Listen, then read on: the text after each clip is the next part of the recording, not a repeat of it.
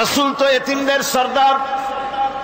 পৃথিবীর কোন এতিম যেন বলতে না পারে নবীজি আমার ব্যাপারে কি বলবেন, আমি তো এতিম মানুষ, আর তিনি আমার ব্যাপারে কিভাবে আমার দরদ বুঝবেন।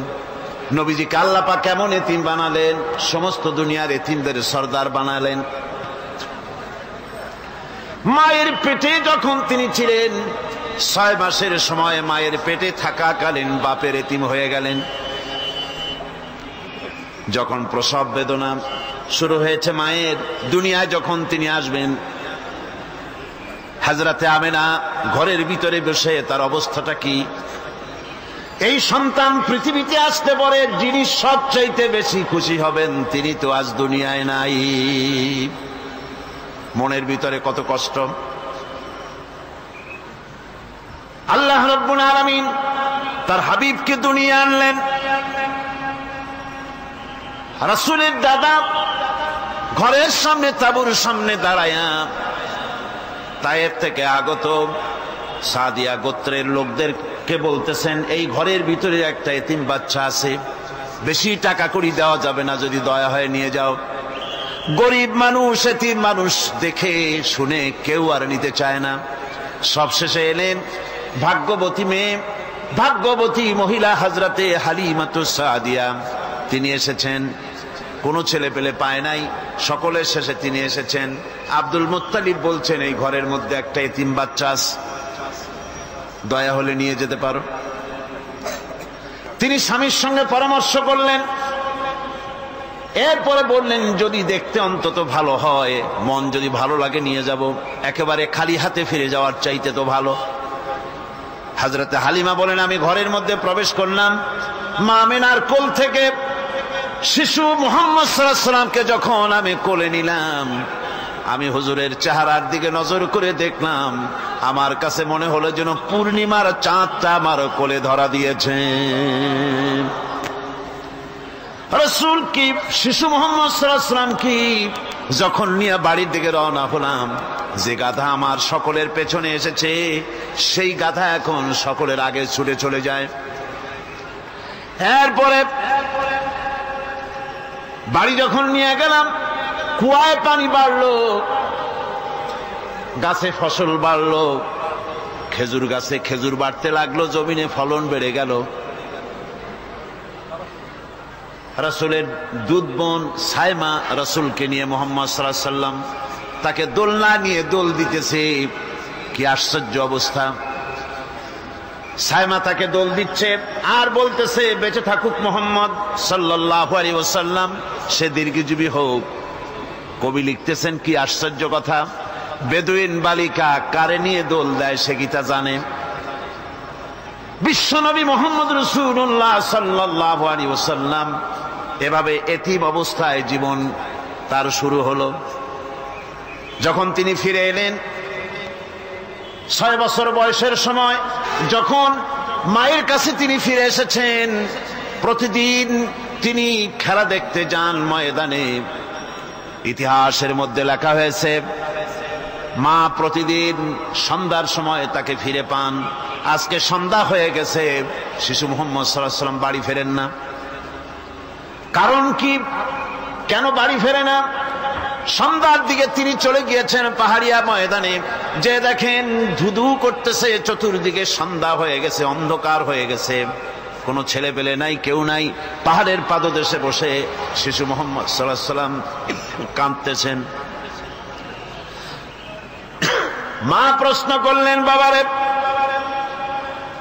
সন্ধ্যা উত্তীর্ণ হয়ে গেল, কেন একা একা বসে বসে কাঁদো?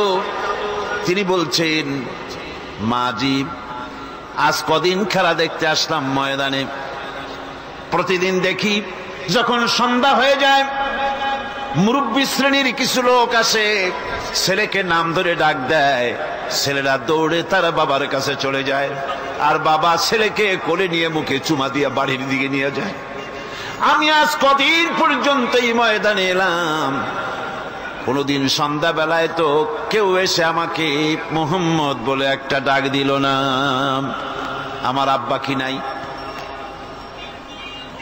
আল্লাহ রাব্বুল আলামিন আলামিন বলেন, আলাম ইয়াজিদকা ইয়াতীমান ফাআওয়া, এরকম এতিম অবস্থায় পেয়ে আমি কি আপনাকে আশ্রয় দেই নাই? আপনাকে আমি পেয়েছি এতিম অবস্থায়, এরপরে আমি আপনারে আশ্রয় দিলাম। ওয়া ওয়াজাদাকা দাল্লান ফাহাদা, এরপরে আমি আপনাকে পথ হারা পেলাম, আমি আপনাকে পথের দিশা দিয়া দিলাম। ওয়া ওয়াজাদাকা আইলান ফাআগনা, এরপরে আমি আপনাকে দরিদ্র অবস্থায় পেয়েছি, তারপরে আমি আপনার দারিদ্র মুক্ত করেছি আপনাকে। সুতরাং ফাআম্মাল ইয়াতীমা ফালা তাকহার ওয়া আম্মাস সাইলা ফালা তানহার ওয়া আম্মা বিনি'মাতি রাব্বিকা ফাহাদ্দিস।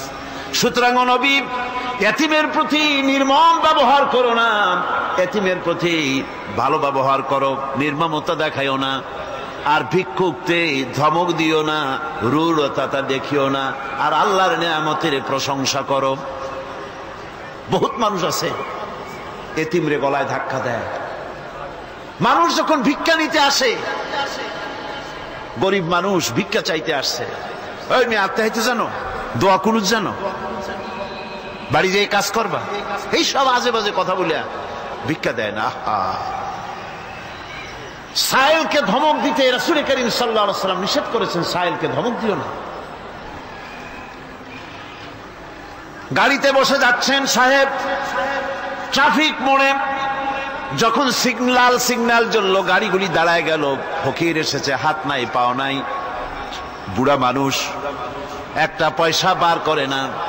আবার এই মানুষটি ওই ফকিরকে ধমক দিয়া বার করে দিল। এরপরে এই লোকটি যখন কোনো মাজারের কাছে পৌঁছে গেল, 500 টাকার কড়কড়ে নোটটা ফেলে দিল। বলেন টাকা দরকার কার? মরা মানুষের না জিন্দা মানুষের? কার দরকার? যার টাকা দরকার ছিল তারে দেওয়া হলো না, যার দরকার নাই তারে দেওয়া হলো। এরপরে লোকটা না খেয়ে যখন মারা গেল, পথের ফকির, রাস্তার ফকির, না খেয়ে মারা গেছে। এরপরে তার কাফনের কাপড় নাই, লোকটাকে রাস্তার উপরে শোয়া একটা ছেঁড়া কাপড় দিয়ে ঢেকে রেখেছে। বড় লোকেরা, সাহেবরা তখন গাড়ি দাঁড় করে আর 5টা টাকা 2টা টাকা করে তার লাশের উপরে মারতেছে। এটা মানবতার এর চাইতে লাঞ্ছনা, মানবতার জন্য এর চাইতে গঞ্জনা আর কিছুই হতে পারে না।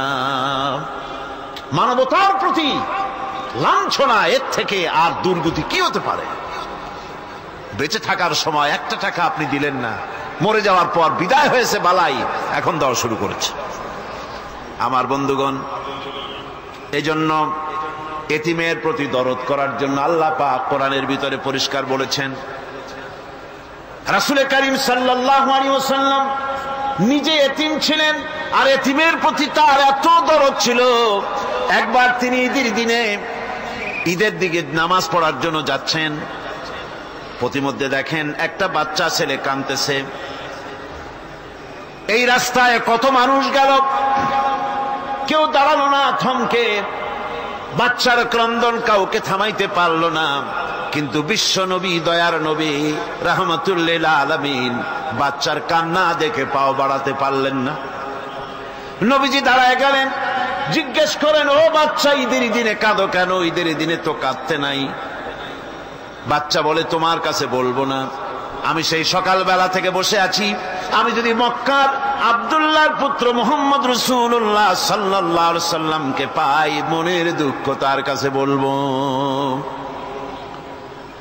বিশ্ব নবী জমিনের উপরে বসে পড়লেন, বাচ্চারে কোলের উপরে উঠায় বলেন, বাচ্চা বলো কি তোমার দুঃখ? তুমি যার জন্য বসেছো আমি তো সেই এতিম নবী, কি বলতে চাও? বাচ্চা বলতেছেন, ইয়া রাসূলুল্লাহ, আমার বাবা মারা গেছে সেই ছোট্টবেলায়, একেবারেই তখন মায়ের পেট থেকে আমি আসার পর বাপ মরে গেল। আমার মা আর একজনের সঙ্গে বিয়ে বসেছে, সেই পুরুষটি আমারে দেখতে পারে না।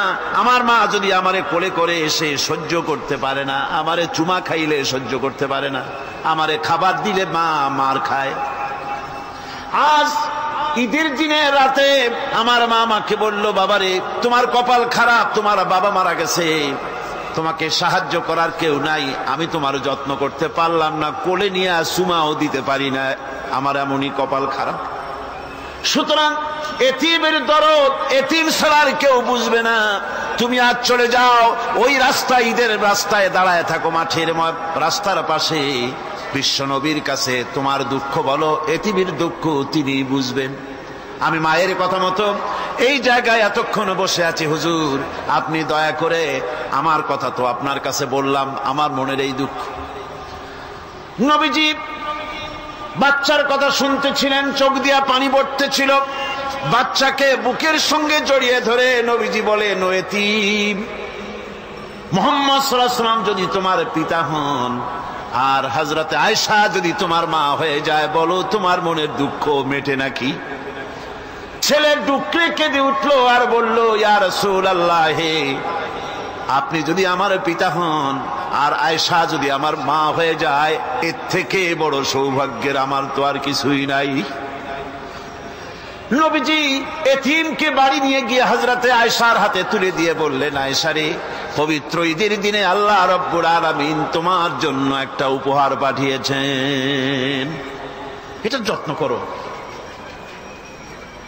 এতিমের প্রতি দরদ রাখার জন্য আল্লাহ রাব্বুল আলামিন বলেছেন, এতিম, মিসকিন, বিধবা, অসহায় লোক, তাদের প্রতি যাতে করে মুসলিম সমাজ লক্ষ্য রাখে, সেজন্য আল্লাহ পাক নির্দেশ করেছেন। বুখারী এবং মুসলিম শরীফের হাদিসে এসেছে, আস-সাই আলাল আরমালাত ওয়াল মিসকিন কাস-সাই ফি সাবিলিল্লাহ। বিধবাদের জন্য, মিসকিনের জন্য কেউ যদি কোনো উদ্যোগ গ্রহণ করে, কেউ কোনো সাহায্য দেয়, জিহাদের ময়দানে জিহাদ করে আল্লাহর রাস্তায় যে সওয়াব পাওয়া যায়, যে মর্যাদা পাওয়া যায় আল্লাহর কাছে, এতিম, মিসকিন, বিধবাকে সাহায্য করলে সেই সওয়াব আল্লাহ রাব্বুল আলামিন আমলনামায় দিয়ে দেন। আমাদের প্রিয় নবী এতিম মিসকিনদের খুবই ভালোবাসতেন। ভালোবাসতেন তার নিজের চাকর হযরত যায়েদ ও আনাস রাদিয়াল্লাহু তাআলা আনহুকে। সে সম্পর্কে এখন আলোচনা করা হচ্ছে। তার চরিত্রই প্রমাণ করে, নবীদেরকে বাইয়িনাত দেওয়া হয়েছে, এমন চরিত্র, আচার আচরণ দেওয়া হয়েছে যাতে করে লোকেরা অভিভূত হয়ে যায়, আকৃষ্ট হয়ে যায়। হযরতে যায়েদ, তিনি তো কৃতদাস ছিলেন, হারায় গেলেন বাপ মা থেকে, আর এরপরে কুদরত তারে মুহাম্মদ সাল্লাল্লাহু আলাইহি ওয়াসাল্লামের ঘরে উঠায় দিল। তিনি তখন আল্লাহর নবী, তখন নবুয়তের দায়িত্ব পান নাই। যায়েদের পিতার কাছে খবর হয়ে গেল, যায়েদ আছে রাসূলের বাড়িতে, মুহাম্মদ সাল্লাল্লাহু আলাইহি ওয়াসাল্লামের বাড়ি মক্কায়। তারা এসে হুজুরের সঙ্গে দেখা করে বললেন, মুহাম্মদ সাল্লাল্লাহু আলাইহি ওয়াসাল্লাম, জানতে পেরেছি আপনার কাছেই আমাদের ছেলে যায়েদ আছে, মেহেরবানি করে তাকে আমাদেরকে ফিরায় দেন। হুজুর বলেন, যায়েদ যদি তোমাদেরকে চিনতে পারে আর যদি যেতে চায়, আমার পক্ষ থেকে কোনো আপত্তি নাই, অবশ্যই যাবে। তবে যায়েদ যদি যেতে না চায়, আমি এমন লোক নই যে কেউ আমার কাছে থাকতে চাইলে আমি জোর করে তাকে ঠেলেও দিতে পারি না, আমি তেমন লোক নই। পিতা বললেন, আপনি অবশ্যই যুক্তিপূর্ণ কথা বলেছেন। হযরতে যায়েদ কানা হলো। হুজুর বললেন, তুমি কি চেনো এদের? কি? যায়েদ বললেন, চিনি, ইনি আমার বাবা, উনি আমার চাচা। যায়েদের পিতা বলেন, বাবারে বাড়ি চলো, তোমার মা কেঁদে কেঁদে হয়রান, চলো বাড়ি যাই, বাড়ির যা কিছু আছে সব তোমাকে ফিরিয়ে দেওয়া হবে। হযরতে যায়েদ বলতেছেন, পিতা বাড়িতে যা আছি তাই শুদ্ধ, তামাম দুনিয়াটা যদি আমারে দেওয়া হয়, এই লোকটির কাছে থেকে যে ব্যবহার পেয়েছি, আমি এই লোকের কদম ছেড়ে যেতে পারি না।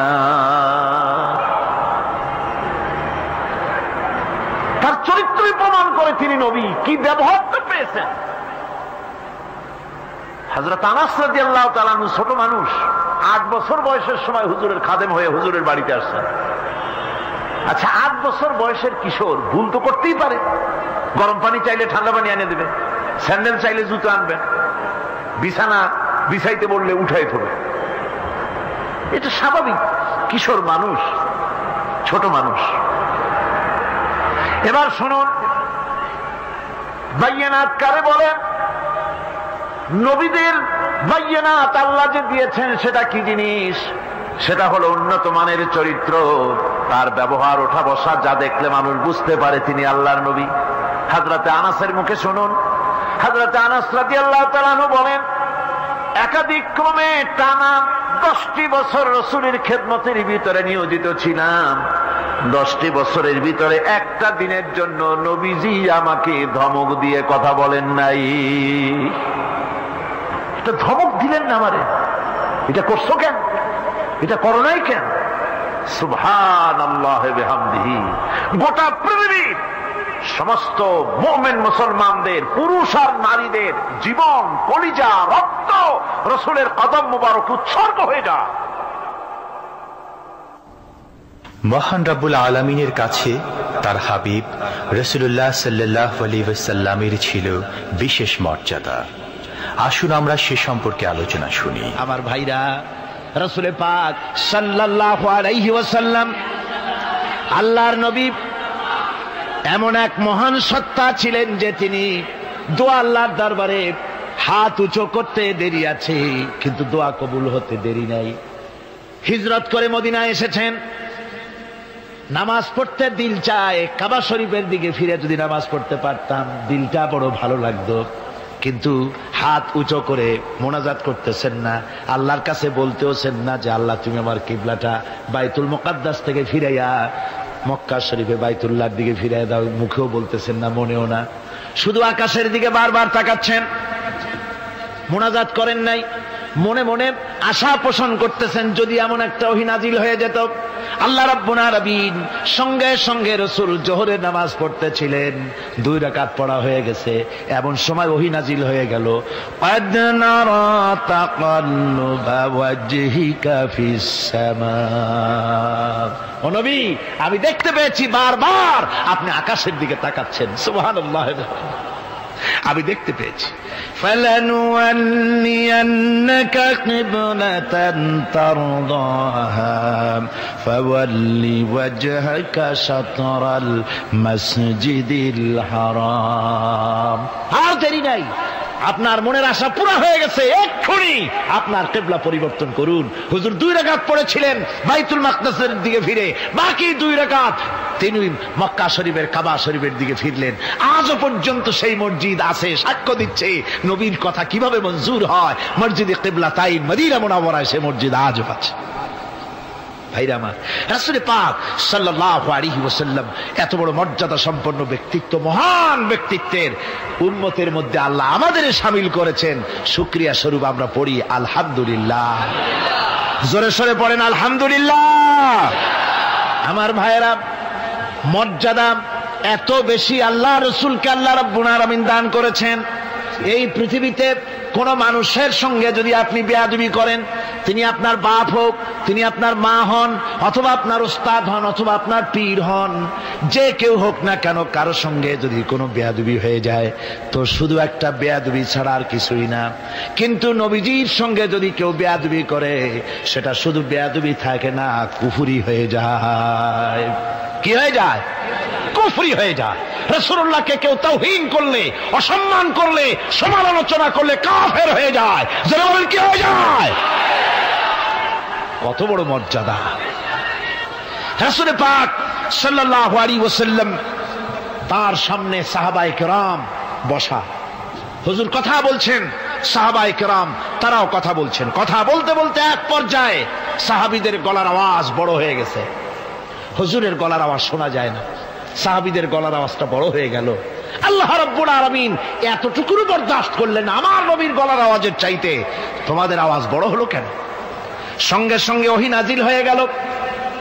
আল্লাহ রাব্বুল আলামিন বলেন, ইয়া আইয়ুহাল্লাযীনা আমানু লা তারফাউ আসওয়াতাকুম ফাওকা সাওতিন নবী। ও বিশ্বাসীরা, খবরদার, তোমরা যারা ঈমান এনেছো শোনো, তোমাদের গলার আওয়াজ যেন আমার নবীর গলার আওয়াজের চাইতে বড় না হয়ে যায়। যদি তা হয়, আনতাহবাতা আমালুকুম, জীবনের সমস্ত ভালো কাজগুলি আমি আল্লাহ বরবাদ করে দেব। আজ পর্যন্ত এই আয়াতে কারিমা রাসূল পাক সাল্লাল্লাহু আলাইহি ওয়াসাল্লামের রওজায়ে আতহারের সামনে সবুজ সাইনবোর্ডের উপরে সোনার অক্ষর দিয়ে এই আয়াতে কারিমা লেখা রয়েছে। সুবহানাল্লাহ। সর্বকালের, সর্বযুগের সর্বশ্রেষ্ঠ মহামানব, সর্বশ্রেষ্ঠ বিশ্বনবী, আল্লাহর পরে যার মর্যাদা, তিনি হচ্ছেন মুহাম্মদ রাসূলুল্লাহ সাল্লাল্লাহু আলাইহি ওয়াসাল্লাম। রাসূলুল্লাহ সাল্লাল্লাহু আলাইহি ওয়াসাল্লামের প্রতি মহান আল্লাহর ভালোবাসার অন্যতম নিদর্শন হচ্ছে মেরাজ। এর মাধ্যমে আল্লাহ রাব্বুল আলামিন তার বন্ধুকে নিজের সান্নিধ্যে নিয়েছিলেন।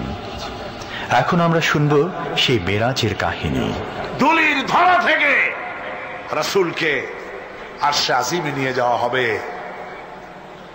বোরাক এলো। বোরাক হচ্ছে বারকুন থেকে উৎপত্তি।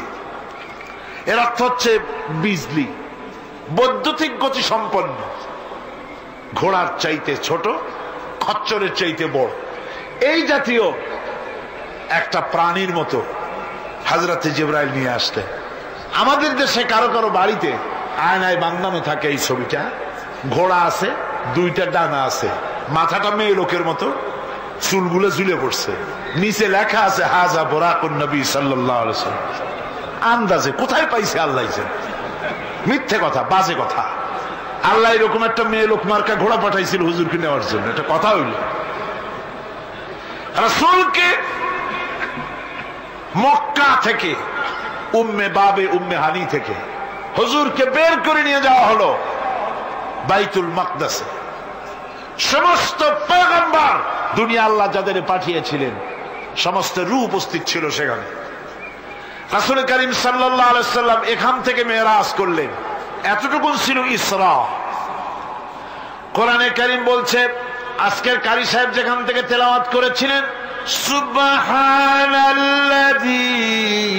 আসরা বিআবদিহি লাইলাম মিনাল মাসজিদিল হারামি ইলাল মাসজিদিল আকসা। সুবহানাল্লাযী, সমস্ত দুর্বলতা, অক্ষমতা থেকে মুক্ত সেই সত্তা যিনি তার বান্দাকে ইসরা করিয়েছেন, মেরাজ করিয়েছেন। সুবহানাল্লাহ। সমস্ত দুর্বলতা, অক্ষমতা থেকে মুক্ত তিনি পার করে নিয়ে গিয়েছেন। তারপরে মুহূর্তের ভিতরে মহাশূন্য পাড়ি দিয়ে, সেই মহাশূন্য মানে কি? এইখান থেকে সূর্য কত দূরে জানেন না? 9,30,00,000 মাইল দূরে এখান থেকে সূর্য। সেই সূর্য, তারপরে রয়েছে গ্যালাক্সি, মিল্কি ওয়ে, গ্রহ নক্ষত্র, সে যে কত দূরে, যে সমস্ত তারকা, এমন বহুত তারকা আছে যে তারকা সৃষ্টির পর তার আলো পৃথিবীর মাটি আজ পর্যন্ত স্পর্শ করে নাই, অথচ আলোর গতি প্রতি সেকেন্ডে কত মাইল? 1,86,000 মাইল। এই 1,86,000 মাইলের সেকেন্ড, এর মিনিট, এর ঘন্টা, এর দিন, এর সপ্তাহ, এর মাস, এর বছর, এটাকে বলা হয় লাইট ইয়ার, আলোকবর্ষ। সেই তারকা তৈরি হওয়ার পর কত সহস্র সহস্র লাইট ইয়ার চলে গেল, আজও পর্যন্ত সেই তারকার আলো পৃথিবীর মাটি স্পর্শ করতে পারে নাই। তাহলে সেই তারা কোথায়? আল্লাহ রাব্বুল আলামিন তার হাবিবকে চাঁদ, সূর্য, গ্রহ, নক্ষত্র, মহাশূন্য পাড়ি দিয়ে, তারপরে 7 আকাশ পাড়ি দিয়ে সিদরাতুল মুনতাহা পর্যন্ত নিয়ে গেলেন। জোরে কোন সুবহানাল্লাহ। এবার সিদরাতুল মুনতাহা পর্যন্ত যাওয়ার পথে যত ঘটনা ঘটল, সেগুলো আপনারা ইতিহাস থেকে পড়ে নেবেন, ওগুলি বলার সময় আমার কাছে নাই।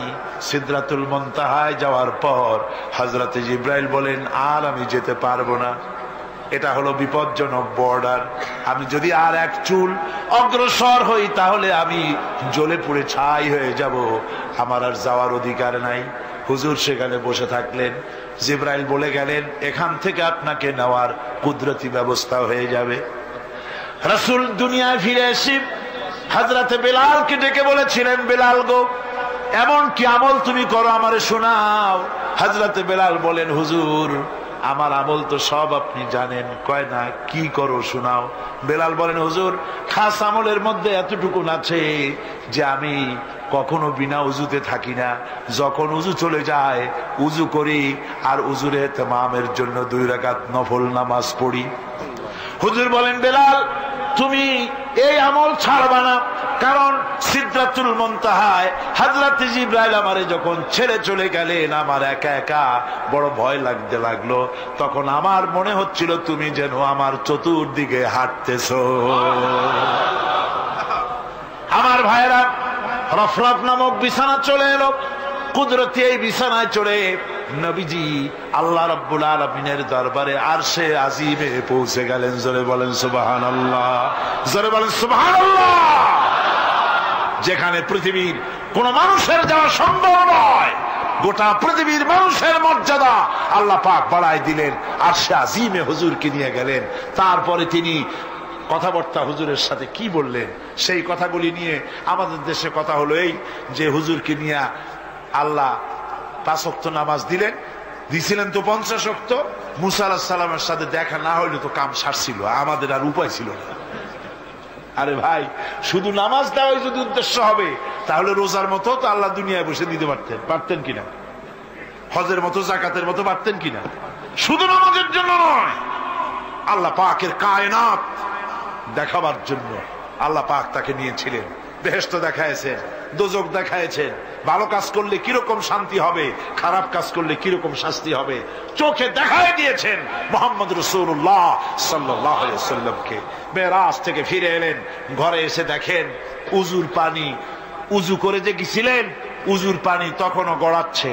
যে দরজা দিয়ে বেরিয়েছিলেন দরজাটা ধাক্কায় তখনও কাঁপতেছে।